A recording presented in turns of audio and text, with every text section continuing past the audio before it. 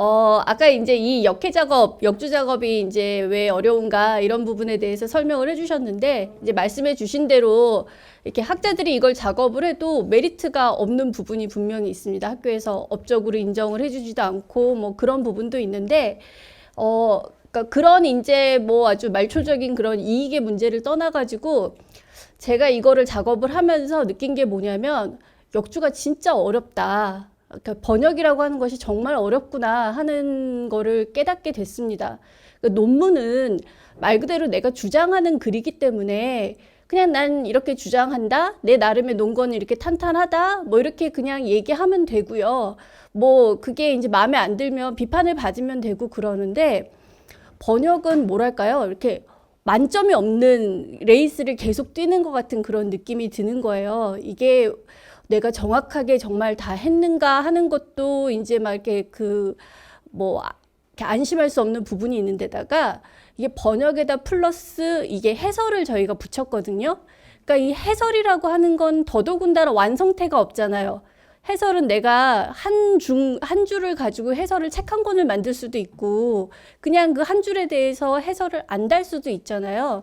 그래서 처음에는 저는 되게 만만하게 생각을 하면서 아싸 이러고서는 이제 알바비 번다 이러고서는 이제 덤벼들었는데 하면 할수록 이게 너무 어렵더라고요. 그래서 마지막에는 끝까지도 내가 이 정도 해설하면 되나? 이 정도 설명하면 되나? 해서 굉장히 좀 고민을 많이 했습니다. 그래서 좀 그런 점에서 더 좀 역주 작업, 해설 작업 꼭 필요한데 어려운 부분들이 있지 않나 그런 생각이 듭니다. 자, 이제 이 책, 환경지략이라고 하는 책이 담고 있는 시대를 이제 한번 보려고 합니다. 이게 19세기 전반에 1830년에서 40년 사이, 요 정도 사이에 이제 저술이 된 책으로 여겨지고 있는데요. 그 시기가 어떤 시기였을까? 서기로는 1801년에서 1900년이고요. 그리고 우리 왕으로 따지면 순조, 헌종, 철종, 고종. 이 있었던 그런 시기고 고종이 이제 막 그 처음에 즉위했을 때 흥선대원군이 집권했던 그 시기부터 해서 대한제국이 이제 세워지는 게 1897년이니까요. 이제 그렇게까지 이어지는 이 시기인데요. 이 시기에 이제 세계사적으로 우리 주변의 나라에서 있었던 중요한 일들을 살펴보면 1840년, 56년에 이제 1, 2차 아편 전쟁이 있고요. 중국에서. 일본에서는 67년에 메이지 유신이 있었고 우리나라에서 이제 76년에 강화도 조약이 있었죠. 그러니까 대충 저기 나오는 사건들을 봐도 와, 격동의 동아시아, 근대의 시작 이런 느낌이 확 드는 시기입니다. 근데 다시 보면 1840년 이전, 그러니까 이 19세기 전반과 19세기 후반은 분위기가 굉장히 다르다는 거예요. 이게 뭐 일어나는 사건들 그리고 접촉하는 대상 이런 거 자체가 굉장히 달라지는 그런 시기라고 할 수가 있습니다. 그럼 거기에서 환경지략이 위치한 건 언제냐? 바로 19세기 전반, 그것도 앞부분에 이제 그 위치를 한다라고 볼 수가 있습니다. 자, 1830년에서 40년대 사이에 이제 환경지략이 저술이 됐다고 얘기를 하고 있고요. 이 시기에는 이제 서양을 비롯한 어떤 새로운 세상의 영향력은 아직 그렇게 크지는 않았던 시기입니다. 근데 이제 정치사적으로 우리는 이 시기를 세도정치기라고 얘기를 하죠. 원래 세도정치라고 할 때 저 세상세자를 쓰는 세도를 쓰는데요. 저거는 이제 유교 정치 이념을 바탕으로 해서 어떤 세상에 그 펼쳐져야 하는 도를 펼쳐나가는 그리고 그 주된 이제 그런 걸 실천하는 존재는 왕과 사대부라고 여겨지는 이제 그런 개념인데요. 말로는 그런데 실제로 이 시기는 어떤 시기인가요? 왕의 외척 세력들, 안동김문, 풍양조씨, 반남박씨 이런 그런 가문들을 중심으로 해서 정치가 운영이 된 시기라고 얘기를 하죠. 그래서 19세기 말 20세기 경부터 저 세도에서 세자를 세상세자가 아니라 세력할 때 세자, 힘세자를 써서 힘센 놈들이 힘센 가문 몇몇 가문들이 다스렸던 시기다라는 식으로 그렇게 이름을 붙이곤 합니다.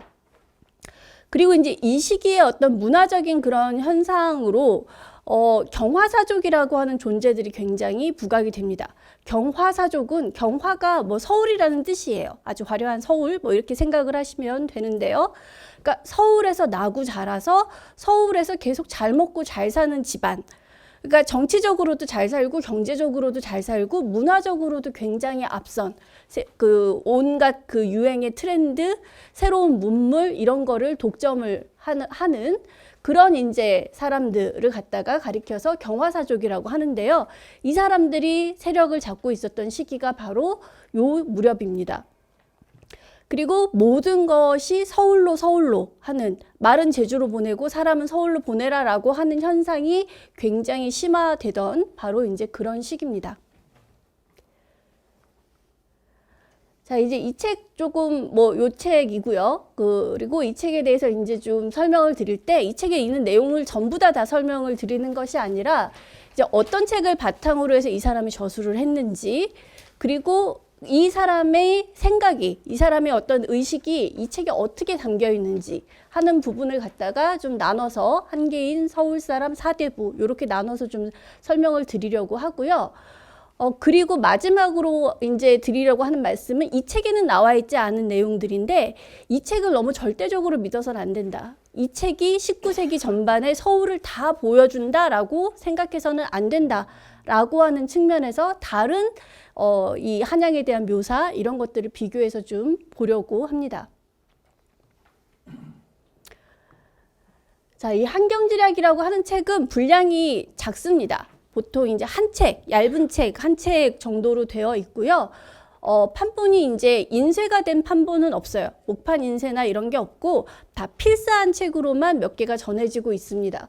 그 중에 이제 대표적인 것이 여기 있는 뭐 서울역사박물관본, 성균관대 존경각본, 고려대 도서관본, 서울대 규장각본이 있는데 대체로 보면은 지금 이게 19세기 전반에 저술이 된 책이라고 했잖아요. 근데 필사된 시기는 20세기 초반, 뭐 20세기 중반 요 정도에 이제 필사된 것이 많은 것으로 보입니다.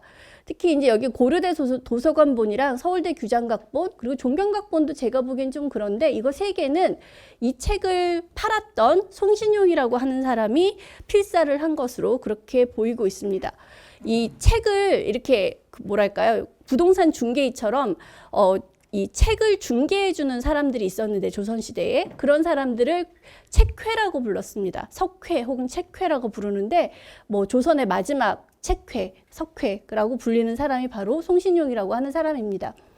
제가 이제 여기에서 이 그 역주에 저본으로 삼은 게 바로 여기 있는 서울대 규장각본인데요. 이 서울대 규장각본도 송신용이 필사를 했는데 가람본이라고 불리죠. 왜 가람본이라고 불리냐면 그 송신용이라고 하는 그 책회가 이 가람 이병기 선생한테 판 거예요. 그래서 이병기 선생이 이런 거를 갖다 많이 수집을 하셨습니다. 고서들을 많이 수집을 하셔서 그 수집을 하신 그 고서를 이제 나중에 서울대 규장각에 기증을 하셨어요. 그래서 이제 그 기증하신 책들을 가람본이라고, 가람자를 앞에 붙여서 이제 그 도서번호를 붙였는데요. 그래서 이게 가람본 한경지략입니다. 여기 보면 도서번호에 가람 915.11 어쩌고저쩌고 이렇게 써 있죠. 이게 이제 가람본 그 한경지략입니다. 그래서 요거는 필사는 송신용이 했고 송신용이 이병기 선생한테 이렇게 좋은 책이 있습니다. 사세요. 그래가지고 이병기 선생님이 사셔서 갖고 계시다가 규장각에 이제 기증한 본이라고 보시면 됩니다. 자, 이 책의 저자는 바로 유보녀라고 하는 사람입니다. 이 사람은 유명한 사람이 아닙니다. 근데 아버지가 유명합니다. 아버지가 바로 유명한 규장각 초대 검서관인 유득공이라고 하는 사람입니다. 유득공의 둘째 아들이 유본예입니다. 형이 유본학이고요. 이게 딱 이름을 보면 느낌이 오시죠? 그 형은 배울학자를 넣어서 이름을 짓고 동생인 그 둘째는 그 예술할 때 예자를 딱 넣어서 이제 이름을 지은 거고요. 그래서 이남 일녀를 낳았는데요. 이제 뭐 여기 이름들을 다 이제 기억을 해 놓으실 필요는 없고 이 초대 검서관 4명의 이제 검서관으로 유명한 사람이 유득공, 이덕무, 박제가, 서이수라고 하는 이제 이런 사람들인데 집안이 이제 좀 서월 집안들이지만 학문적으로 좀 그래도 볼만한 게 있다라고 여겨지던 사람들입니다. 그래서 이 사람들 중에 4명이 이제 초대 이 검서관이 되고요. 이 이후의 검서관은 자기들이 추천을 해서 그 안에서 이제 계속 이어져 나갑니다. 그래서 이 이후에 보면은 이제 자기 후임으로 누구 추천하고 뭐 이제 해가지고 넘어가는데 보면은 요 사람들이 서로 다 한 다리 건너서 이렇게 혼맥으로 다 연결이 돼요. 그래서 뭐 누구의 사위이자 조카이자 한 다리 건너서 사돈이자 뭐 이런 식으로 연결이 돼서 그 안에서 이제 이 규장각 검서관직이 이어져서 가는데요.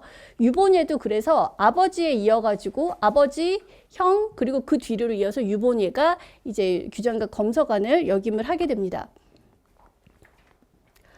자, 이 집안이 어떤 집안이냐 하면 집안 자체는 명문가였어요. 문화유씨 집안이고요. 그 광해군비의 그 광해군비였던 패비 유씨 집안의 자손입니다. 그러니까 유잠이라고 하는 사람이 있고 유잠의 아들이 이제 유자신이고 그 유자신의 딸이 그 광해군비 유씨예요. 그리고 형제가 누구냐면은 유희분이라고 하는 사람인데요. 당연히 그러니까 광해군대 굉장히 잘 나갔겠죠. 광해군대 잘 나갔으니까 어떻게 됐을까요? 인조반정 이후에 망했겠죠. 더군다나 이 유희분이 이제 왕의 처남으로 굉장히 이이첨하고 결탁해서 좀 정치를 많이 주물럭주물럭 했습니다. 그래서 더군다나 인조반정 후에 이제 숙청을 당하게 되는데요. 그래서 그 이후로 이 집안이 별로 빛을 못 봐요. 근데 그런데다 플러스 알파로 이 유본예의 고조부, 외증조부가 서자입니다. 그래서 이 집안은 안 그래도 이제 좀 권력에서 약간 밀려난 집안인데 그 중에서도 그 집안에서도 서자이다 보니까 이 유득공, 유본예 이 집안이 별로 이렇게 빛을 못 보는 그런 빛을 못 본 그런 집안이라고 할 수가 있습니다. 밑에 있는 게 광해군비의 당이라고 해가지고 지금 단국대 그 박물관에 소장이 돼 있는 건데요. 아마 이제 여기 보면 병자생, 왕비, 유씨, 원명의라고 돼 있죠. 그래서 그 병자생인 왕비 유씨의 수명 장수를 갖다 기원하면서 아마 어떤 절이나 이런 데에 바쳤던 그런 당이가 아닐까 그렇게 생각이 됩니다. 자, 그래서 유본의 일생을 이제 이렇게 살펴보면요. 이 사람은 정조 1년에 태어났어요. 그래서 죽기는 헌종 8년에 죽었습니다. 그래서 인생을 가만히 생각을 해보시면 한 20대까지를 정조대, 그러니까 성장해서 성인이 되는 때까지를 정조대를 살았고, 그리고 이 사람이 이제 본격적으로 자기 일을 하는 그런 성인으로서의 시기에는 순조대를 살았고, 말년이 이제 헌종되었다라고 이제 생각을 하시면 되겠습니다. 태어나기는 운동이라고 하는 곳에서 태어났는데 이 운동이 어디냐면 다른 말로 이제 교서관동, 교서관을 운관이라고 불렀거든요. 그래서 운동이라는 말이 거기서 왔고요. 주자동이라고 부르는 동네인데 어디냐면 지금 명동역 근처 요 동네입니다. 옛날에 여기에 교서관이 있었다고 해서 이 동네 이름이 교서관동입니다. 뭐 자는 뭐 계행이고 호는 수원이고요. 1792년쯤에 이제 혼인을 했고 96년부터 대년 검서가 됩니다. 대년 검서는 뭐냐면 자기 형이랑 같이 검서관이 되려고 시험을 본 거예요. 시험을 봤는데 형은 붙었는데 얘는 떨어졌어요. 그러니까 약간 예비 검서 이런 식으로 해가지고 그 직무를 받은 겁니다. 그러니까 아직 정식으로 검서관이 된 건 아니고 그로부터 이제 또 4년 후가 아니죠. 1804년에 정식 검서관이 돼서 이 19년에 잠깐 그 외직을 나갔던 거 빼고는 죽기 전까지 계속 검서관으로 일을 했습니다. 그러니까 규장각에 굉장히 그 잔뼈가 굵은 아버지부터 형 이 사람까지 잔뼈가 굵은 그런 사람이라고 할 수가 있습니다. 자, 검서관이라는 건 어떤 직책이냐? 검서관은 규장각의 일종의 실무직이라고 할 수가 있어요. 이 규장각에서 가장 높은 직이 아니에요. 가장 높은 직은 각신이라고 해서 과거급제한 그런 이제 문신들이 와서 하는 거고요. 검서관은 일종의 이제 임금이 특별 채용을 해가지고 이렇게 그 만든 직책인데 실무를 담당합니다. 그래서 무슨 실무를 하느냐? 가장 기본적인 실무는 일성록이라고 하는 매일매일 그 왕의 동정을 기록하는 책을 편찬하는 거고요. 그리고 이제 그거 외에도 규장각이 이제 뭔가 주도를 해서 뭔가 책을 펴내거나 이런 거를 하면 거기에서 실무를 담당을 합니다. 교정 보고 필사하고 분류하고 정리하고 이런 등등의 실무를 담당하는 그런 일입니다. 그래서 이 일은 그러니까 그렇게 직무가 높지는 않지만 사실은 실무에 굉장히 밝고 실무를 많이 한 그런 그 관직이라고 할 수가 있죠. 그 사람의 이름이 어디에 나오느냐, 이렇게 일성록 각 날짜의 맨 마지막에 보면은 요렇게 그 날짜 그 기록을 남긴 사람 이름이 들어가 있어요. 그러니까 그 3월 15일자 하면은 그 3월 15일자 기록이 끝나고 맨 마지막에 이제 이 날짜 누가 기록을 했다, 그게 이제 들어가 있는데, 거기에 보면은 입직한 사람, 그날 이제 일을 맡아서 한 사람이, 입직한 사람이 지금 검교직각 서만순이라고 하는 사람, 이 사람이 이제 좀 상사에 해당하는 각신이고요. 그리고 겸검서관 유본예가 둘이 이제 요 날짜 기록을 담당했다라고 하는 거예요. 여기는 뭐냐? 당연히 똑같이 입직 검교직각 신이경재, 그리고 겸검서관 신유본학 형이 기록을 한 겁니다. 그래서 여러분이 일성록에 어느 날짜를 이렇게 그 순조됐고 어느 날짜를 펼쳐서 보시면 유본학이나 유본예의 이름이 그 맨 마지막에 있는 거를 보실 수가 있고요. 그리고 유본예가 이렇게 일성록 작성하는 법례 이런 것도 이렇게 쓰기도 합니다.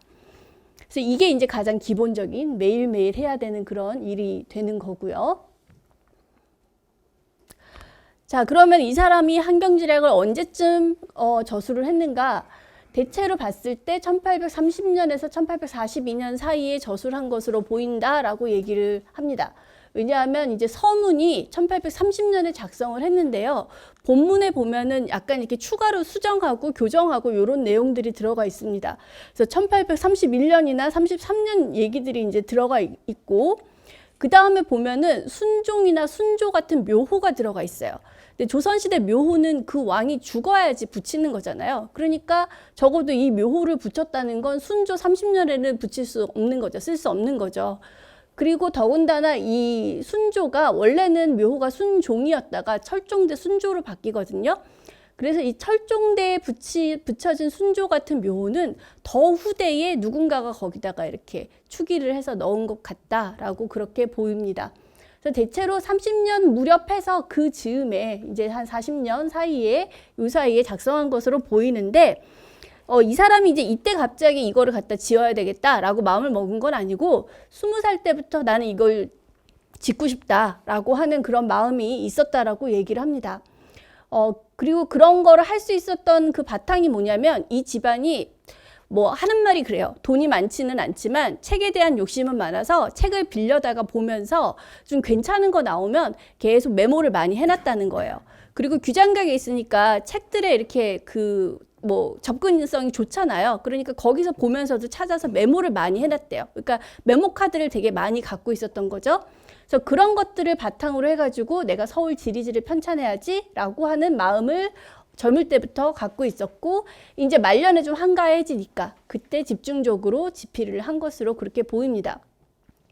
자, 왜 그럼 이 사람은 하필 서울 지리지를 편찬해야 되겠다라는 생각을 했냐면, 뒤에 다시 한번 말씀을 드리겠지만 16세기 이후에 서울만을 단독으로 다룬 지리지가 없어요. 놀랍게도. 서울이 그렇게 중요하고 임금님이 계시는 곳이라고 하는데 단독 지리지가 없었습니다. 그리고 뭐 서울뿐만 아니라 다른 데도 마찬가지로 새로운 좀 지리지를 편찬할 필요가 있겠다, 이런 얘기들을 많이 하던 시대가 정조되었어요. 그래서 그런 문제의식들이 여기에 이제 반영이 됐던 것으로 생각이 됩니다. 어떤 책을 참고했나? 일단 이제 지리지 설명을 조금 드리자면, 지리지라고 하는 거는 해당 어떤 지역에 거기에 관련된 각종 정보들을 모아놓은 책이에요. 그러니까 거기 각종 정보라고 하는 거는 이제 여기서 토산물이 뭔지, 인구가 몇 명인지 같은 그런 거부터 해가지고 유명한 건물이 뭐가 있고 뭐 이런 것들, 이런 정보들에다가 플러스 알파로 여기가 이제 얼마나 멋진 동네가 되었는가 라고 하는 거를 보여줘야 되니까 여기 관련된 유명한 시문이 있으면 모아서 여기다가 이렇게 같이 수록을 합니다. 그게 이제 신증, 동국, 여진, 승남 이 대표적이라고 할 수가 있는데요. 그래서 이런 지리지는 정부에서 편찬하는 게 있고요. 정부에서는 통치를 하려면 그 동네에 뭐가 있는지를 알아야 되니까 그렇게 해서 편찬을 하는 게 있고, 개인이 편찬하는 게 있어요. 그게 이제 사찬이라고 얘기합니다. 난 개성 사람이야. 개성을 너무 사랑해. 우리 개성이 얼마나 훌륭한 동네인지를 보여줘야 되겠어. 라고 하는 그런 것들을 담아서 짓는 책이죠. 관찬 지리지 중에 가장 이제 대표적인 게 세종실록 지리지. 뭐 그 우리 독도는 우리 땅에 보면 나오잖아요. 세종실록 지리지 50페이지 둘째 줄 뭐 이런 거에 나오잖아요. 세종실록 지리지가 이제 국가적으로 편찬을 한 이제 그런 최초라고는 할 수는 없지만 그러니까 이렇게 전체가 전국이 체계적으로 남아 있는 건 최초라고 할 수 있는 그런 책이고요. 자, 이거는 이제 아무래도 좀 나라 통치하는 게 더 급하기 때문에 멋있는 얘기들은 별로 안 들어가 있고 실용적인 내용들이 많이 들어가 있습니다. 그러다가 16세기에는 거기 플러스 알파로 이제 그 사이에 얼마나 조선이 건국되고 나서 이 동네들이 얼마나 멋있게 됐는가라고 하는 그런 설명들을 담아서 신증 동국여지승남이라고 하는 것이 편찬이 됩니다. 문제는 굉장히 거질이고 대단한데 정보가 너무 낡았다는 거예요. 16세기에 편찬되고 증보가 안 되니까 18세기쯤 되면 이제 정보가 틀린 게 너무 많아요. 군청이 이사 간 데도 많고요. 그리고 이제 토산물이 바뀐 데도 많고요. 그러니까 이게 이제 18세기쯤 되면은 책은 멋있는데 별로 쓸모가 없는 겁니다. 그래서 18세기에 편찬을 한 게 여지도서라고 하는 책인데 이 책은 통일성이 떨어져요. 만듦새가 훌륭하지 못합니다. 이렇게 각처에서 만들고 그냥 이렇게 약간 얼기설기 모아놓다 보니까 그래서 정조대 다시 한번 편찬을 하려고 해요. 근데 이거는 완성이 되질 못합니다.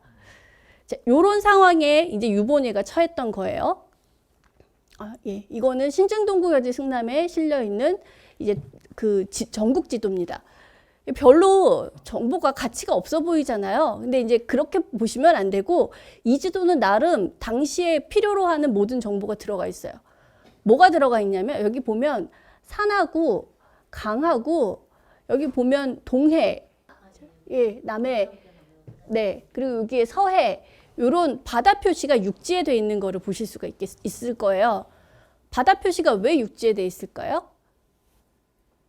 저거는 왜 그러냐면 바다를 표시하기 위해서 저 이름을 써놓은 게 아니고 저 바다에 대해서 제사를 드리는 신사가 있는 곳을 저기다 표시를 한 거예요. 그래서 여기에 표시가 돼 있는 산과 강은 조선에서 국가적으로 제사를 드리던 대상들입니다. 그러니까 걔네들을 표기하는 게 필요해서 그린 지도기 때문에 무슨 뭐 거리를 정확하게 그리고 뭐 모양을 정확하게 그리고 그럴 필요가 없는 지도였던 거죠. 그러니까 신증동국여지 승남 자체로는 굉장히 딱 그 목적에 부합하는 그런 지도인데 18세기 되면 이 정보가 별로 중요하지 않단 말이에요. 다 안다. 그러니까 이게 중요하지 않다.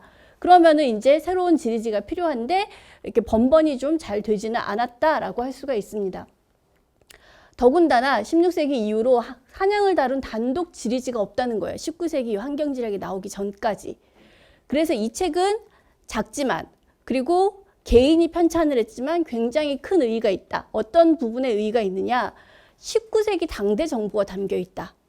그리고 유본예라고 하는 개인이 편찬을 하니까 개인의 관점이 오롯이 담겨 있다.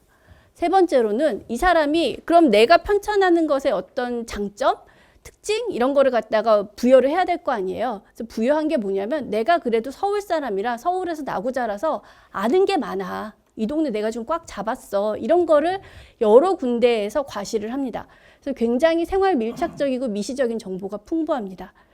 그러니까 지금 우리에게 있어서 굉장히 도움이 많이 되는 책이라고 할 수가 있는 거죠. 자, 그럼 유본예는 어떤 생각을 가지고 이제 이 책이 유본예의 어떤 생각들이 이 책에 이제 부지불식간에 들어가 있는지를 한번 볼까 합니다. 자, 먼저 한계인이라고 하는 특징을 잡아봤는데요. 그러니까 지리지라고 하는 책을 아까도 말씀드렸듯이 정보들을 중심으로 이거를 갖다 쭉 모아놓은 책이라서 저기 나가시면서 한번 이렇게 슬쩍 보시면 아시겠지만 되게 건조해요. 이게 소설이면 이 사람의 막 그 마음이나 이 사람은 최근에 무슨 연애하다 찢어졌나 보다 막 이런 느낌도 막 받고 그러는데 지리지는 굉장히 건조한 정보들을 모아놨기 때문에 사실 그냥 읽으면 유본예의 어떤 특징 이런 것들이 그렇게 잘 드러나지 않습니다. 근데 가만히 보고 있으면 이 사람이 정보를 취사 선택하는 것에서 아, 이런 특징들이 있구나라고 하는 것들이 조금 느껴지는 부분이 있어요. 첫 번째가 뭐냐? 한계인이라고 제가 이제 특징을 잡아봤는데, 자, 이 시기는 그러니까 뭐가 되고 싶어도 될 수 있는 게 적은 세상이죠. 신분제 사회예요. 그죠? 신분제 사회이기 때문에 딱 자기가 그 진출할 수 있는 그 뭐랄까요? 한계선이 딱 분명한 그런 시기입니다. 그런 사회에서 이 사람은 서울 출신이죠.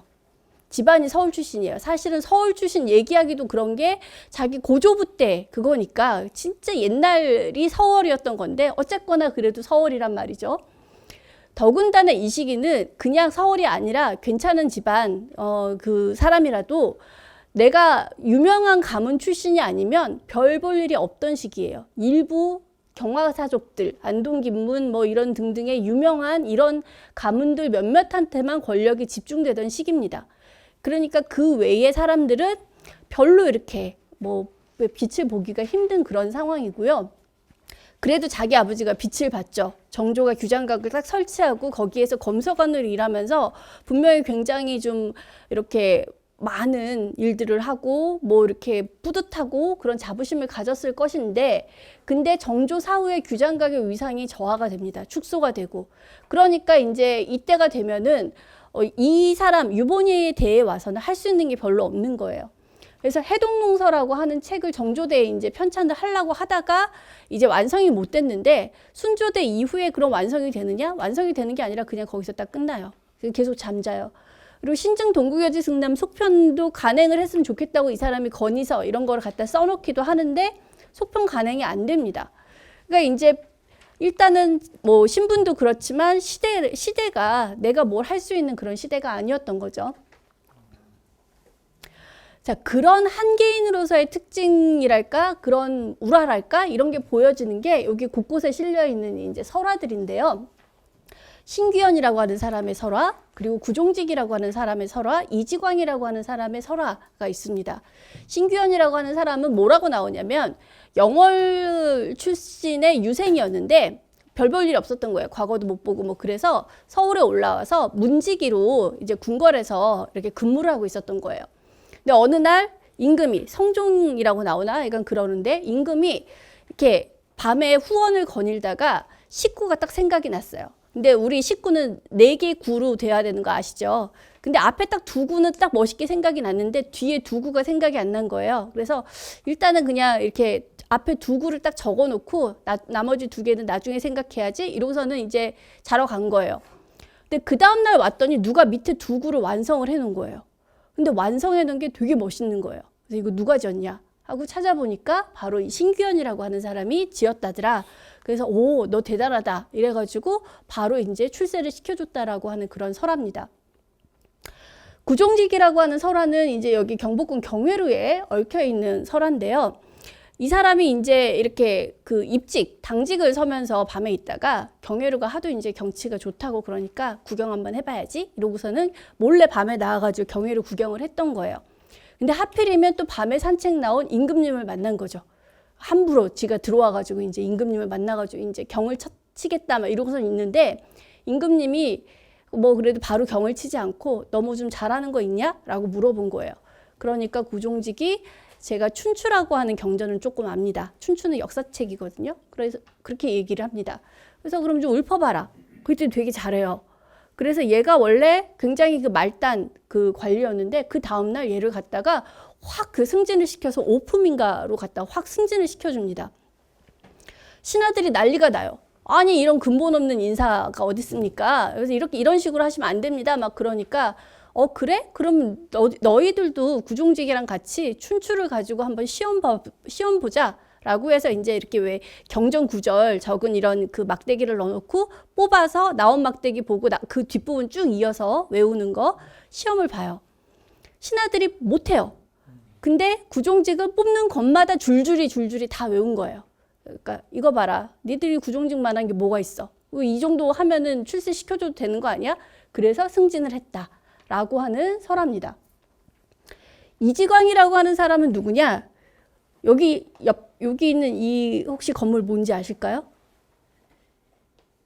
이거를 알아내시는 건 불가능하실 거고요. 사실 알아내시면 좀 이상하신 겁니다. 이런 걸 아시면 안 돼요. 자, 이게 뭐냐면 지덕사라고 하는 사당인데요. 양녕대군 사당이에요. 지금 동작구 쪽에 있는 양녕대군 사당인데요. 이 사당이 원래 어디 있었냐면 저기 그 남산 그 남쪽 면에 그쪽에 이제 이 사당이 있었대요. 근데 어느 날 점쟁이가 이제 이지광한테 네 그 사당 앞에 있는 그 나무가 이렇게 사당을 가리고 있는데 그 나무를 베라. 그러면 좋은 일이 있을 것이다 라고 얘기를 했대요. 그래서 이지광이 그래? 이거 별 볼 일 없이 이제 비난하게 살고 있었던 거죠. 그래서 이제 나무를 뱄어요. 근데 영조가 어느 날 이제 행차를 하다가 남산 쪽으로 이렇게 딱 봤는데 기와집 건물이 우뚝한 게 보이는 거예요. 그래서 저거 뭐냐? 누구 건물이냐? 라고 물어보니까 양녕대군 사당입니다. 라고 얘기를 해준 거죠.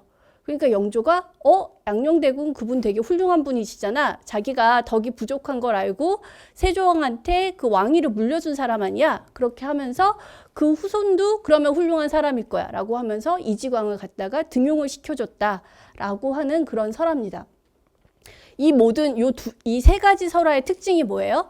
신부는 귀하지 않거나 혹은 별 볼 일 없는 상태였는데 임금이 어느 하루 아침에 딱 알아줘서 벼락같이 출세를 한 그런 이야기입니다. 신규현이라고 하는 사람은 얘기 자체가 이렇게 그렇게 명확하게 돌진 않지만 구종직이나 이지광은 실록에도 저런 얘기들이 나와요. 그러니까 이 영조랑 정조가 구종직 뭐 이런 설화가 있었다더라. 이지광 그 양녕대군이 이랬다더라. 이런 얘기를 하면서 그 사람의 후손을 찾아서 이렇게 그 벼슬을 주거나 혹은 지나가다가 그 구종직 무덤 근처를 지나간다 그러면은 이제 그럼 제사 내려줘라 해가지고 제사를 드려준다든지 이제 이런 것들을 갖다가 행합니다. 영조랑 정조가 그런 걸 행한 거예요. 자, 이런 출세담이 보여주는 건 뭐냐? 이게 탕평군주의 레토릭하고 굉장히 밀접하게 딱 맺어져 있는 거죠.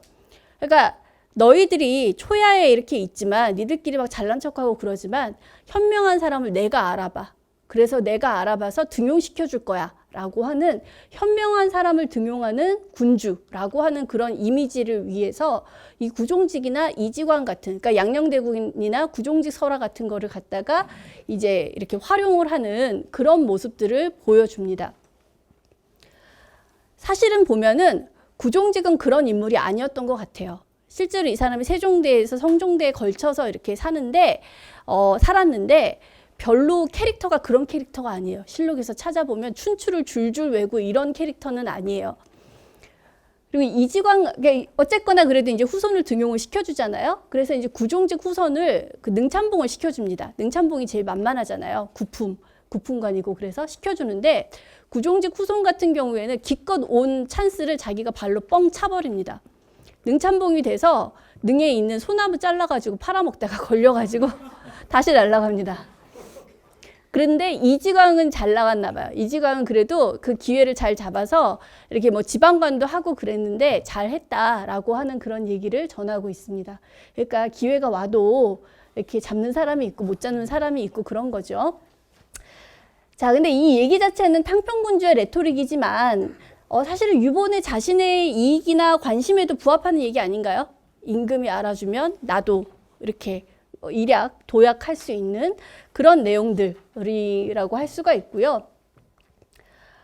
그리고 이 얘기가 저는 굉장히 뭐랄까 이 사람의 그런 마음을 담은 게 아닐까 이런 생각이 드는데 대사동이라고 하는 곳에 이제 이완 그 재상이었던 이완의 옛 집이 있는데 거기 배나무가 있었대요. 근데 거기에 뭐라고 얘기가 나오냐면 이제 상국 이완이 대사동에 집을 지었는데 이 사람이 죽고 나서는 민종도라고 하는 사람이 들어와서 산 거예요. 근데 이제 마침 이 집에 이 이완이 직접 심은 배나무가 있었는데 민씨 집에 살 때는 열매가 하나도 맺어지질 않았대요. 근데 굉장히 놀란 게 갑술년 후에 그 서손이 들어와서 산 이후로는 배가 다시 열매를 맺게 됐다. 이 설화를 옮겨 쓰면서 유본애가 담은 마음이 뭐였을까요? 내가 서월 집안 출신이라도 그러지만 나는 가문의 계승자가 될 수 있다. 이런 생각 아니었을까요? 그런 부분들을 볼 수가 있습니다. 그리고 사실 이 앞에 얘기들이 이것도 다시 한번 좀 우리가 음미를 해봐야 될 게 저렇게 임금이 벼락 출세를 시켜주는 게 좋나요? 바른 걸까요? 생각을 해보면 성종이 얘가 춘추를 잘 알아서 벼슬을 갖다가 몇 단계를 뛰어넘게 해줘. 그럼 되게 괜찮을 것 같죠. 근데 만약 임금을 연산군으로 바꿔요? 그리고 얘가 잘하는 거를 갖다가 뭐 잡기라고 칩시다. 뭐 이렇게 바둑을 잘 둬요. 그래서 벼슬을 갖다가 몇 계급을 올려서 임명을 해요. 그럼 다들 나쁘다고 하지 않나요? 근데 결국은 인간에게 어떤 그런 자의적인 판단을 갖다가 맡기는 거는 항상 잘 될 수도 있지만 안 될 수도 있는 거죠. 이게 그렇기 때문에 우리가 절차를 만들어서 제도를 준수하라고 계속 얘기를 하는 거죠. 그래서 사실은 저는 신하들의 말이 별로 틀리지 않은 것 같은데 뭐 이런 생각이 들기도 합니다. 하지만 제도가 빡빡하게 되면 분명히 그걸로 인한 그런 경색됨 그리고 뭐 이렇게 그 문제들이 생기기도 하죠. 자, 그리고 이 사람이 보면은 안에 서술한 분량을 보면 이거는 전혀 이 한문을 해석하시라 이런 게 아니라 분량을 보시라는 거예요. 자, 이거 전체가 이제 이 궁궐편을 이 사람이 쭉 서술을 한 다음에 궁궐 전체에 대해서 자신의 이제 해설을 갖다 몰아서 담아놓은 거예요. 몰아서 담아놓은 것 중에 노란색으로 표시된 요만큼이 다 규장각과 관련된 얘기입니다. 경복궁도 있고 창덕궁도 있고 창경궁도 있고 경희궁도 있고 막 궁궐 설명을 다 했는데 그리고 나서 맨 마지막에 설명하면서 자신의 이제 최종 해설에 거의 저기 뭐예요? 반도 넘는 분량, 거의 3분의 2쯤 되는 분량을 규장각 얘기로 채워요. 그만큼 규장각이 자기한테 특별한 공간이니까요. 그리고 규장각 출신이라고 하는 게 자신의 자랑이니까요. 그래서 이런 것들이 이제 이 사람의 걸로 들어갑니다. 그리고 또 하나 이제 보면은 그런 규장각에서도 창덕궁을 설명할 때 창덕궁 안에서도 이 사람이 정말 정성 들여서 자세히 설명하는 부분이 뭐냐면 규장각과 관련된 부분이에요. 그래서 규장각 중에서도 보면은 여기 이제 지금 걸레각사 부분, 창덕궁에서 지금 복원된 걸레각사 영역인데 거기에서 이 소유제라고 하는 요 건물이 검서관들이 머물면서 일을 하고 입직을 하던 그런 장소라고 합니다. 근데 이 소유제라고 하는 것에 대해서 되게 길게 써놔요. 소유제는 이 정주 19년에 임금이 여기 이문원에 왔다가 아유 검서관들 머물 곳이 좁네 해가지고 그 옆을 다시 고쳐지어서 아주 크게 멋있게 잘 지은 거예요. 그래서 정면 5칸, 측면 2칸이고 뭐 흙을 안 쓰고 그러니까 나름 최신 기법을 썼다 이 얘기인 거죠. 그리고 동쪽으로 금천에 임해서 누각을 만들고 개울을 끓여들어서 연못도 만들고 그래서 막 경치도 좋고 굉장히 좋은 공간으로 만들었다는 거죠. 그래서 소유제를 만들고 나니까 정조가 와서 여기에서 하룻밤을 보내시면서 어제실로 삼으셨다. 어제실이라고 하는 건 뭐냐면 제사 드리기 전에 이제 몸을 경건하게 하면서 제계를 드리던 그런 장소를 말을 하는데요. 어제실로 삼고 이름도 소유제라고 딱 지어줘요. 그리고 여기는 검서관 너희들이 수직을 해라 해가지고 검서관이 숙직하는 곳이 됐다. 이 얘기는 뭐냐면 그냥 검서관 건물 하나 지었으면 그 건물은 아무것도 아니에요. 임금이 와서 하루 머물러서 잤어. 더군다나 이름도 남겨줘. 그러면은 이거는 검서관을 어마무지하게 띄워주고 이렇게 존중을 해줬다는 얘기예요. 그래서 이 얘기들을 다 옮겨놓은 것 자체에서도 검서관 출신이라고 하는 것에 대한 자부심, 정조에 대한 애정 이런 것들이 이제 보이는 거죠. 자, 이게 한기인으로서의 어떤 그런 자랑이라면 이 사람의 또 한 축이 서울 사람이라고 하는 그런 거예요. 별로 내 집안이 서울 출신이긴 한데 나는 서울에서 나고 자랐어. 그래서 서울에 대해서는 나만큼 아는 사람 없을걸? 이 자부심이 강하게 있는 거죠. 그래서 20살 때부터 이 경성의 일을 갖다 쓰는 것에 뜻을 뒀다라고 하고 요 무렵이 서울하고 지방의 격차가 굉장히 이제 벌어지기 시작하는 그런 시기입니다. 그런 것들이 이제 지방 사람들의 한탄에서 보여져요. 자, 이거는 이제 한경지략에 있는 내용은 아닌데요. 노상추라고 하는 경상북도 구미 출신의 무관이 있어요. 예, 벼슬 자체는 높지 않은데 이분이 67년에 걸쳐서 일기를 남기셨습니다. 그래서 굉장히 이제 연구자들이 사랑하는 그런 분인데 이분이 이제 이런 얘기들을 하시는 거예요. 한양 살면서 힘든 게 한양놈들이 너무 잘난 척을 한다. 대놓고 자기를 보고서 아, 나 같은 서울 출신 금군이 지방 애들이랑 같이 어깨를 나란히 하면서 있는 게 너무 부끄럽다. 내가 니들이랑 같은 급으로 있어야 돼? 라고 하는 얘기를 면전에다 대고 하는 거죠. 자기가 이제 가만히 있지는 않았겠죠. 화를 냈는데 그리고 나서도 집에 와서도 분이 풀리질 않아가지고 씩씩대면서 이거를 갖다 일기에다 적어놓은 거예요. 자, 당연히 컴플렉스들도 있죠. 그래서 전라도 사람 위백규 같은 경우에는 이제 이런 얘기를 합니다. 한양에 한번 왔다 간 시골 사람들이 기필코 서울말을 따라한다는 거예요. 아주 짜증난다고. 이게 뭐 하는 짓이냐. 이러면서 이 사람은 나름 이제 이런 얘기를 해요. 지금은 한양이 서울이니까 서울말이 이제 한양말이 서울말이 됐지만, 옛날 신라는 영남지방음을 서울말로 삼았고, 백제는 호남지방음을 서울말로 삼았고, 고구려는 관서지방음을 서울말로 삼았고, 그리고 단구는 해서지방, 그러니까 황해도에서 있었다고 생각을 했으니까 이때는 황해도 지방 말을 서울말로 삼지 않았냐. 근데 서울 사람들이 서울말을 가지고 사투리를 놀리고 비웃으니까 시골 사람들이 한양만 한번 왔다 가면 서울말, 나 이제 서울말 잘해 막 이러면서 이제 그런다는 거죠. 그래서 뭐 하는 짓이냐 막 이러면서 이제 이 사람은 한탄을 하는 거예요.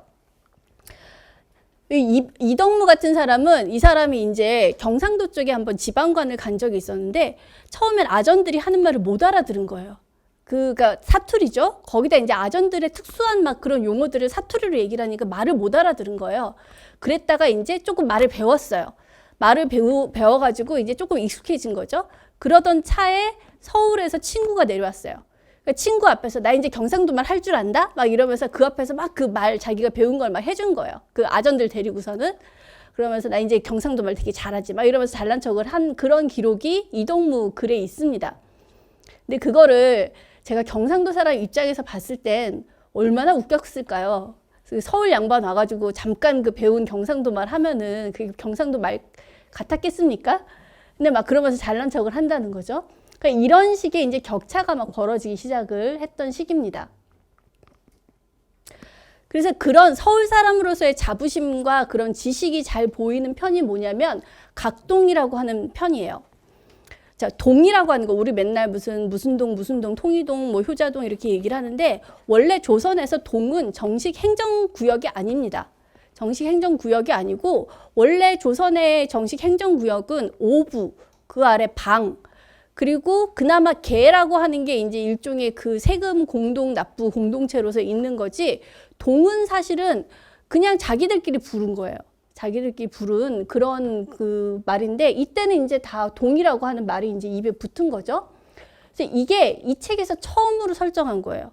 당연히 16세기 신중동우여지 승남 시기에는 없던 그런 편이고 다른 지리지에서도 찾아보기 힘든 그런 편입니다.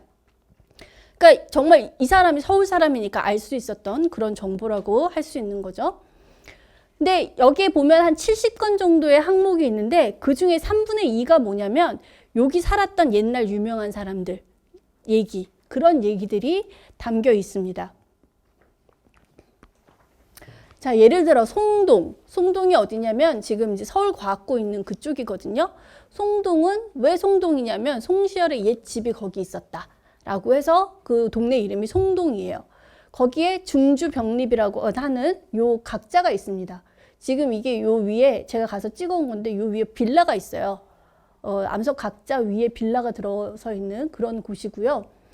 그리고 장이동 같은 경우에는 청풍계라고 불리는 동네가 있었는데 여기가 김상용, 안동김문, 김상헌, 김상용 형제의 그 김상용의 옛 집이 있었고 뭐 태고정이라고 하는 정자가 있었다. 정선의 그림에도 있죠. 청풍계라고 하는 이런 이제 그림도 있고요. 그래서 이런 것들을 쭉 적어 놓는데 그래서 유명한 집들 그런 얘기들이 나오고 사실 지금 뭐 여기 북촌이나 서촌 쪽에 이제 유명한 동네들 뭐 이런 거 고증하고 그럴 때 가장 기초적인 자료로 활용되는 게 바로 이 각동 편목입니다. 근데 그거를 얘기하면서 동시에 이 사람이 강조하는 게 뭐냐? 우리 집안도 이 중에 있었다. 이 유명한 사람들 사이에 우리 집안 집이 있었다 라고 하는 얘기인 거예요. 자, 송현이라고 하는 동네에는 달성의 옹주궁이 있다. 근데 이 궁이 원래는 우리 10대조인 판서공의 옛집이다. 판서공이 누구냐면 유잠이라고 했던 아까 이제 그 광해군비의 할아버지의 옛 집이었는데 할아버지 그리고 그 아들 유자신 그리고 그 아들 유희분까지 3대를 전해오다가 궁이 됐다. 달성이가 동전에서 이곳으로 이사 온 것은 야사해 보인다. 딱 이게 끝이에요. 근데 뭐 조금 이상하지 않으십니까? 뭔가 얘기를 하려다 만 것 같지 않아요? 자, 이 얘기를 왜 하려다 말았을까요? 자, 유잠의 이 집이 왜 3대를 전해오다가 궁이 됐을까요?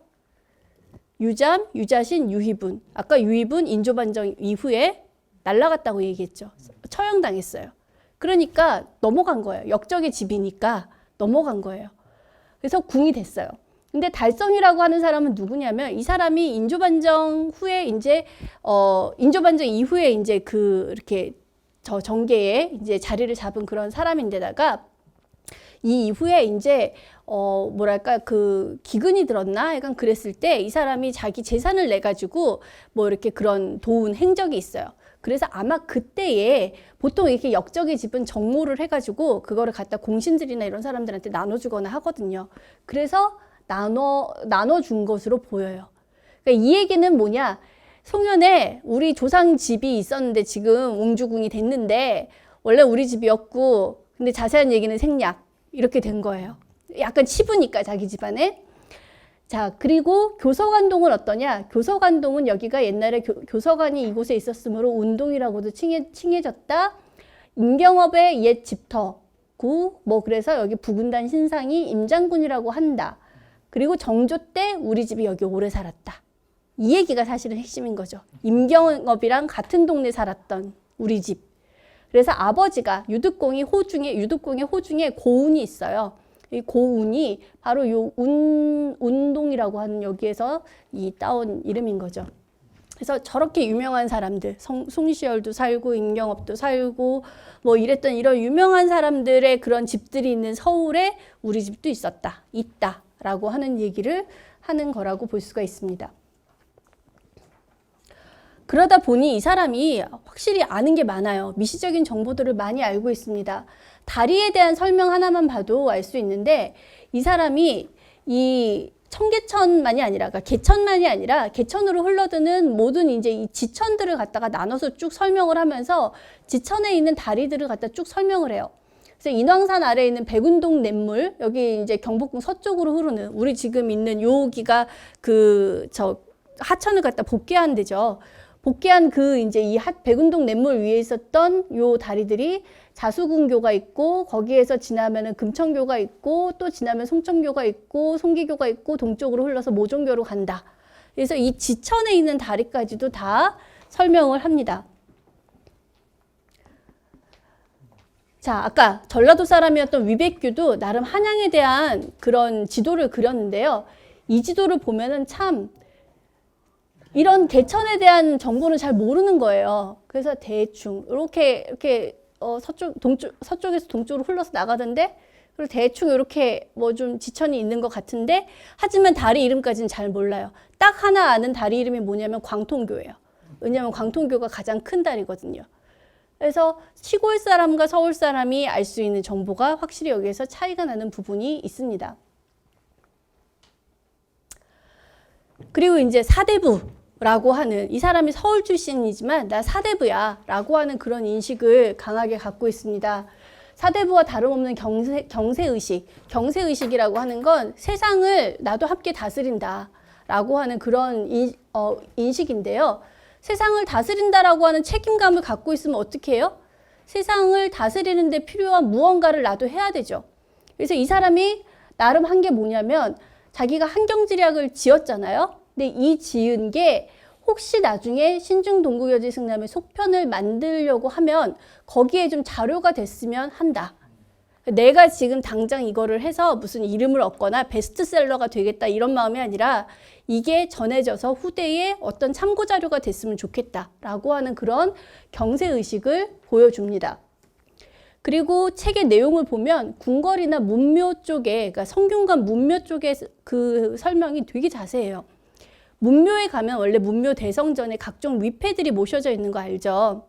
공자와 뭐 사성과 송조 6현과 뭐 그 동방 18현 플러스 알파로 한 당에 72현이 있어요, 원래. 근데 72명의 이름까지 다 들어가 있어요, 여기. 그러니까 누가 사실 그걸 궁금해해요. 중요하지 않잖아요. 위패는 제사 드릴 때나 한번 볼똥말똥한 건데도 다 들어가 있어요. 자신이 그런 사대부로서의 그런 자부심이 상당히 있는 거라고 볼 수 있는 거죠. 그리고 거기에 플러스 알파로 내가 사대부면 어떻게 돼야 돼요? 사대부가 아닌 것들하고는 확 선을 그어야죠. 그래서 그걸 보여주는 게 뭐냐면 인왕산 아래 누각동에는 여항의 서리배가 많이 살지만 사대부들은 살지 않는다. 누각동이 여기 아니고 저기 지금 채부동 있는 그쪽 어디 그 배화여전 있고 그쪽 어디라고 생각을 하시면 될 텐데 여항에 그러니까 그 동네에 서리배들이라고 하는 건 뭐냐면 관청에서 일하는 정말 이제 하급 관리들이에요. 검서관이 있으면 검서관이 이렇게 막 그 교정 보고 필사하고 그럴 때 물건 날라주고 이러는 사람들 필요하잖아요. 종은 아니고 그 윗급에서 해당하는 각종 이제 그 뭐 행정 실무하는 그런 사람들이 이제 서리배거든요. 거기 서리배들은 그 동네 산다. 근데 사대부는 그 동네를 안 살아. 이러면서 확 이렇게 선을 긋습니다. 자, 그래서 이러한 자의식을 생각을 하면서 자, 이 유본의 이런 생각들이 이렇게 이렇게 곳곳에 조금씩 이런 게 이제 드러난다고 볼 수 있는데 사실은 이제 유본회가 그린 요 19세기 서울과 다른 사람이 그린 19세기 서울이 상당히 다릅니다. 분명히 19세기 서울을 보여주긴 해요. 당대 정보를 담고 있습니다. 예를 들어 이런 정보는 정말 서울 사람 아니면 모르죠. 창의문 밖에 옥천암이라고 하는 절이 있는데 거기 절 암벽 사이에서 샘물이 나온다고 합니다. 그래서 풍병이나 체증 있는 사람들이 마시면 신효하고 눈병도 씻어내면 낫는다고 합니다. 옥천암의 불상이 뭐 이렇게 그 마애불인 거죠. 바위 언덕을 깎아서 만들었는데 해수관음이라고도 한다. 여기 실제로 남아 있습니다. 서울 옥천암 마애불상 지금도 가면 남아 있어요. 그 근처에 이제 이 샘물이 상당히 유명을 했던 거죠. 그래서 서울 사람들 중에 샘물을 마시려고 하는 사람들은 샘물을 많이 마셔야지 이게 약효가 있으니까 먼저 절에 가서 짠 음식을 막 먹는 거예요. 간장 같은 거를 막 먹고 그런 다음에 가서 종일토록 물을 마시는 거죠. 그래서 물 때문에 정말 배가 불러야지 효과가 있다고 한다. 이런 얘기들을 전해줍니다. 이런 얘기 정말 서울 사람 아니면 누가 알겠어요. 그러니까 대단한 그런 이제 이런 미시 정보를 분명히 담고는 있습니다. 근데 분명히 편향되어 있어요. 신분적으로 일단 편향이 되어 있습니다. 교유망, 노는 물이 그리고 편중이 되어 있습니다. 아시다시피 이제 붕당에 따라서 이런 그 갈림이 상당히 심했던 그런 시기잖아요. 자기 붕당 아닌 사람들이랑은 아무래도 어울리거나 이런 것들이 덜하던, 뭐 덜하다기보다는 상당히 이렇게 좀 이렇게 심하게 이렇게 그 거리를 두던 그런 시기였기 때문에 여기에 보면 담긴 정보 중에 보면 유명한 사람들 이름들이 있는데 남인이나 이런 쪽 사람들 이름이 별로 없어요. 우리가 정조하면 누가 유명해요?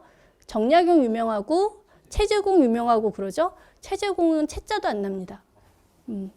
그래서 여기 보면 교유망이 굉장히 편중이 돼 있고 이 사람이 명소로 꼽은 그런 장소들이 주로 장동긴문이라고 불리던 이제 안동긴문들 그런 장소들이 주로 담겨 있습니다. 장동이 이제 요 일대죠. 여기 지금 이렇게 담아놓은 요 일대가 이제 장동이라고 볼 수가 있는 건데 그래서 남인이 요 무렵에 딱 남인이 쓴 이제 서울의 어떤 그 뭐랄까요 그 랜드마크 요런 그 시가 있어요. 근데 거기 시에 나와 있는 거랑 이렇게 해가지고 비교를 해서 보면은 안 겹치는 게 상당히 많습니다. 그리고 여기 장동긴문의 그런 장소들, 아까 청풍계를 비롯한 청풍계, 태고종 이런 그 장소들은 그 남인 사람들이 꼽은 장소에는 들어가 있지 않아요. 그러니까 교유망에 따라서 서울에서 유명하다고 생각하는 곳들이 굉장히 다른 거죠. 근데 이제 지금 현재는 우리가 어떠냐면 자료가 이쪽 사람들의 자료가 많은 거예요. 정선 그림들도 그렇고 정선 그림들도 사실은 노론 가문에 편향이 돼 있는 거죠. 근데 정선 그림들 서울 관련된 것들이 주로 이제 이런 장동이나 이런 쪽 그림들이다 보니까 서울 안에 뭔가를 이렇게 복원을 하거나 무슨 의미를 부여하거나 그럴 때 보면은 사실은 노론들이 남긴 자료들을 중심으로 해서 그거를 갖다가 의미를 부여하는 경우들이 많다는 거예요. 그래서 그런 편향성들을 갖다가 우리가 좀 주의를 할 필요가 있다는 거고요. 신분적인 편향은 아까 이제 그 여황 서리배하고 나 이렇게 구분하는 거에서도 보이는데 이제 다른 작품이랑 비교를 해보면 더 이제 잘 보입니다. 이 무렵에 이제 한양가라고 하는 가사, 그러니까 국문 가사, 우리말로 된 가사가 상당히 유행을 하는데요. 1840년대에 한상거사라고 하는 사람이 지은 작품으로 추정이 됩니다. 이 사람이 누군지는 모르겠는데 내용을 봤을 때 궁궐에서 일하던 별감이었던 것 같다라고 추정을 해요. 별감이라고 하는 게 이제 바로 요 옆에 빨간색 옷 입고 있는 요런 사람인데요. 이 사람이 이제 궁궐에서 머물면서 각종 잡일을 하는 사람이에요. 이렇게 궁궐 문 열고 닫고 이런 거 이렇게 검석도 하고 뭐 이런 여러 가지 정말 궁궐에 중요한 일들을 하는 그런 중요하지만 그런 뭐 어떤 실무적인 일을 하는 그런 사람인데 이 사람이 궁궐 옆에 붙어 있다 보니까 돈들이 많아요. 멋쟁이가 많아요. 이렇게 빨간색으로 그 딱 돼 있는 도포를 입는 것만 봐도 알 수가 있고요. 그리고 이 사람이 당대 뭐랄까요? 향락 문화의 최전선에 있는 사람들이에요. 그래서 기생집을 따로 운영하고 있는 경우가 많습니다.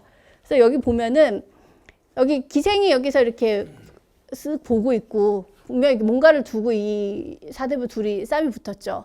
그거를 갖다 이 별감이 이제 이렇게 야 그만 싸워 이러면서 이렇게 그 중재를 하고 있는 거 볼 수가 있고 아래에 있는 이 그림은 아마도 이 기생집에 가려고 하는 요 사대부와 흥정을 하는 걸로 보이는 그런 이제 그림이고요.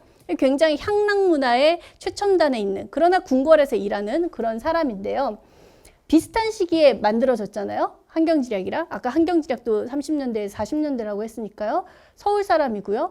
궁궐에서 일하는 사람이 썼는데 신분이랑 향유하는 문화가 완전히 다릅니다. 보면 창덕궁 안에서도 유보니의 관심은 규장각이랑 그 주변이에요.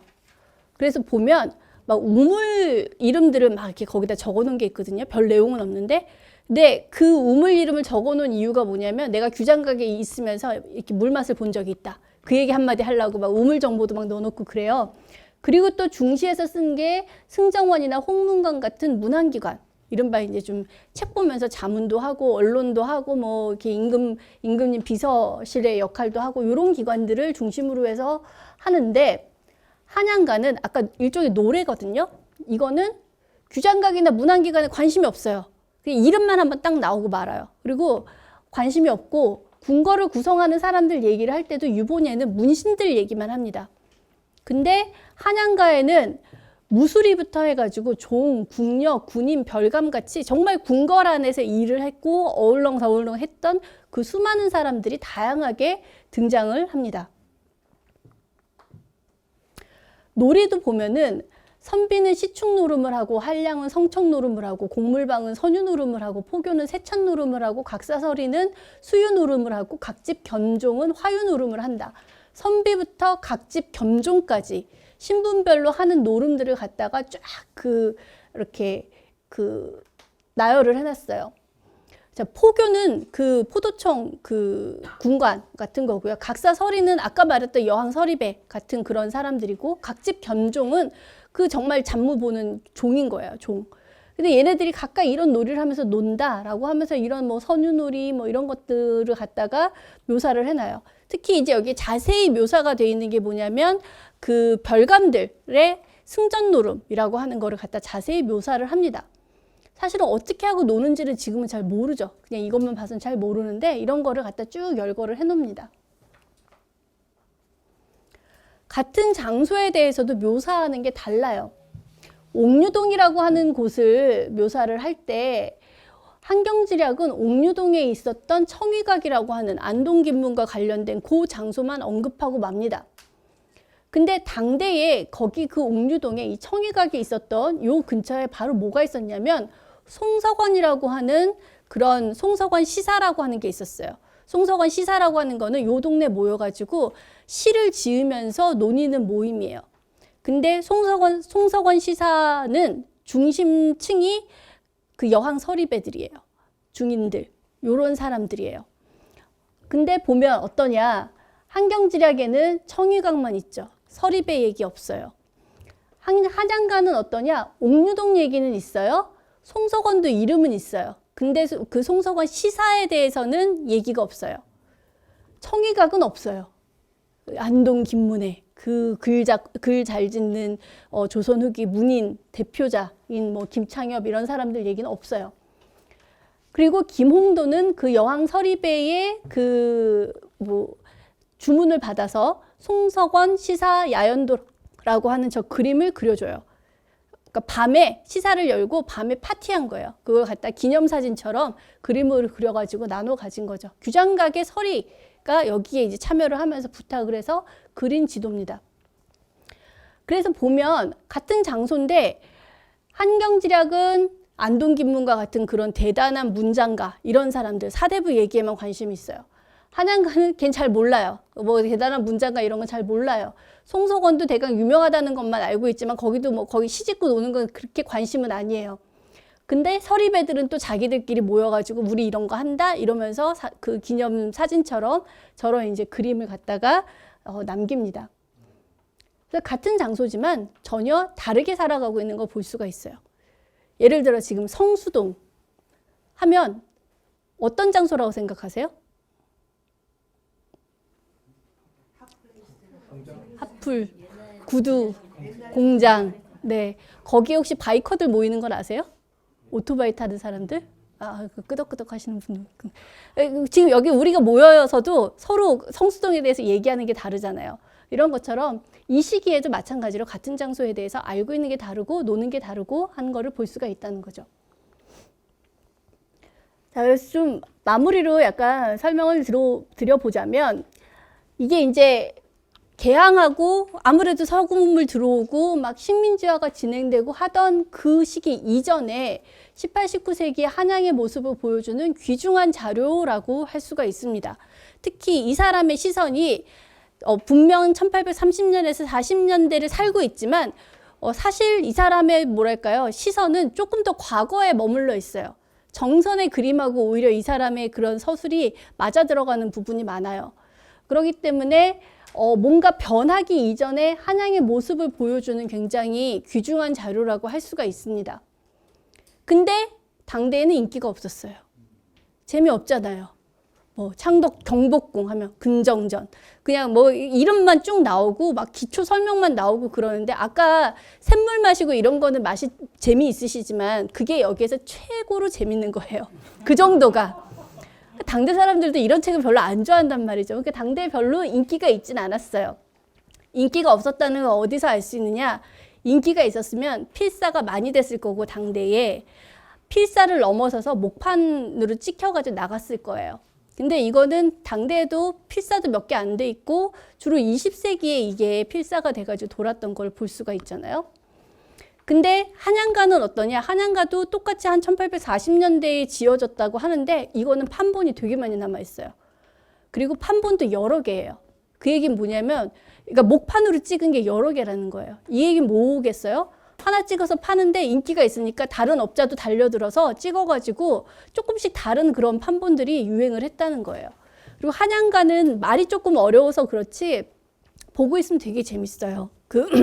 뭐 이렇게 임금이 화성 행차하는 거, 막 그 행행하는 모습도 막 되게 자세하게 묘사를 해놓고 저 승전 노름하는 것도 막 묘사를 해놓고 그러니까 막 이렇게 보고 있으면 아 정말 흥청흥청 되게 그 어떤 멋있는 서울의 한 경관을 보는 느낌이어서 굉장히 재미가 있어요.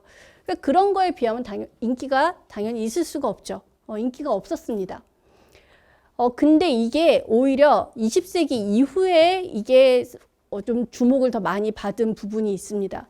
그러니까 서울시사 편찬위원회, 지금은 서울역사편찬원인데요. 거기가 이제 세워지고 1950년대 처음으로 낸 책들 중에 이게 2권에 해당이 돼요. 한경지략이라고 하는 요 책이. 그러니까 그때 낸 분들이 어떤 마음으로 이걸 냈는지는 거기에 이제 나와 있지는 않지만 제가 짐작을 해보건대 식민지를 지났잖아요. 그리고 전쟁을 겪었잖아요.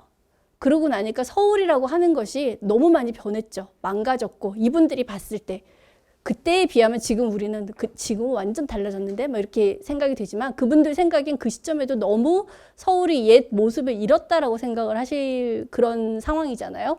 그래서 거기에서 봤을 때 이 한경지략이라고 하는 건 우리가 변하기 이전의 원래의 모습 이런 거를 보여준다라고 생각을 하셨던 게 아닐까라고 생각이 됩니다. 그래서 이게 2권으로 먼저 영인이 돼서 나와요. 근데 그래서 이제 이게 굉장히 중요한 자료로 참고가 되고 지금도 이제 서울 관련 뭘 하면 맨날 이제 이렇게 참고하는 그 자료 중에 꼭 하나로 들어가 있어요. 꼭 하나로 들어가 있고 당연히 뭐 의미가 있고 중요한데 이게 다는 아니다. 이거를 갖다 우리가 꼭 염두에 둘 필요는 있다. 19세기 한양에 대한 여러 개의 이야기 중에 하나다. 그리고 이 사람 자체의 특징, 사대부로서 이렇게 서립에 뭐 이런 애들이랑 이렇게 되게 경계 짓고 싶어 하던 그런 의식, 그리고 일부 지역을 중심으로 살았던 사람들, 이런 것들이 담겨 있다라고 하는 거.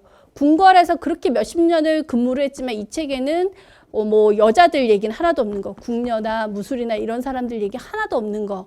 그리고 종들이 왔다 갔다 막 하는 그런 얘기도 하나도 없는 거. 이런 것들을 우리가 유의할 필요가 있다라고 하겠습니다.